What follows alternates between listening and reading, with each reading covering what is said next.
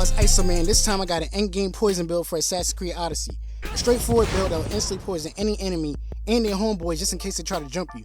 Now you'll need stuff from the DLCs, but playing this game without the DLCs is like eating cheese pizza. Nothing wrong with it, but I mean, just cheese? Gross. Anyway, on to the weapons. There's a lot of good legendary daggers, but I went with the Edge of Time. You get this from the DLC episode Protector of Persia. The first engraving reduces cooldown on parry by 10%, but with a few masteries, a parry can restore some health, boost your damage, and give you adrenaline. You'll be getting up close and personal with the poison daggers, so parry as much as you can for those perks. Next we have Intoxicate applies to nearby enemies.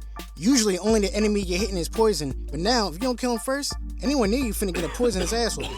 Next we got the staff, and there's no legendary staffs that I like for this build, so try to find one that has extra staff damage and poison damage.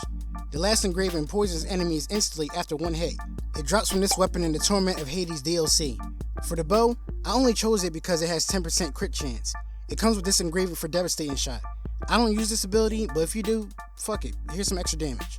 Then I put 50% charging speed so I can pull this off. Let's get into the gear. For the head, we use Warrior or Assassin damage, 50% crit damage, 20% crit chance. Then the last slot makes the poison ability last a minute instead of 20 seconds. For the arms, Warrior or Assassin damage, 30% melee resistance, 10% crit chance, 100% crit damage. Same thing goes for the belt. On the chest, we got Assassin or Warrior, 40% poison damage, 20% elemental resistance, and 40% fire resistance. Weird to see on the poison build, but really it's just more elemental resistance. Finally, on the legs, we got Warrior or Assassin, 100% crit damage, 20% crit chance, and 20% elemental resistance. Now let's kick the stats. We do decent base damage, but as with any build, it's all about the crits, in which we have 100% chance to do, and 525% damage when done.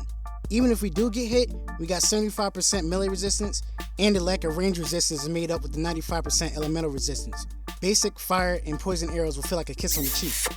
These stats are helped out by the mastery, so max out the ones I just mentioned. Alright, let me show off my fit. For the gear, I got on the green version of the first Civilization set from the DLC. Except for the arms, I put on the feather bracers. They don't look like feathers, but the silver matches the set to me. For the dagger, I went with the talon, because it's literally a long ass knife. Imagine being stabbed by this shit. The staff doesn't really have any good looks, so I went with poison because, you know, poison. For the bow, the Asturgo one goes well with the teal and gray look of the gear.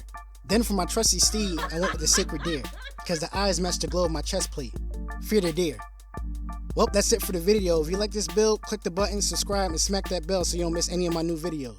And if you didn't miss my fun fact at the end of the video, let me know a fun fact about you or a family member in the comments. Don't worry, this is a safe space. Check out my other build videos. I got more coming next week. Appreciate y'all for kicking back. Until next time, I'm out this bitch.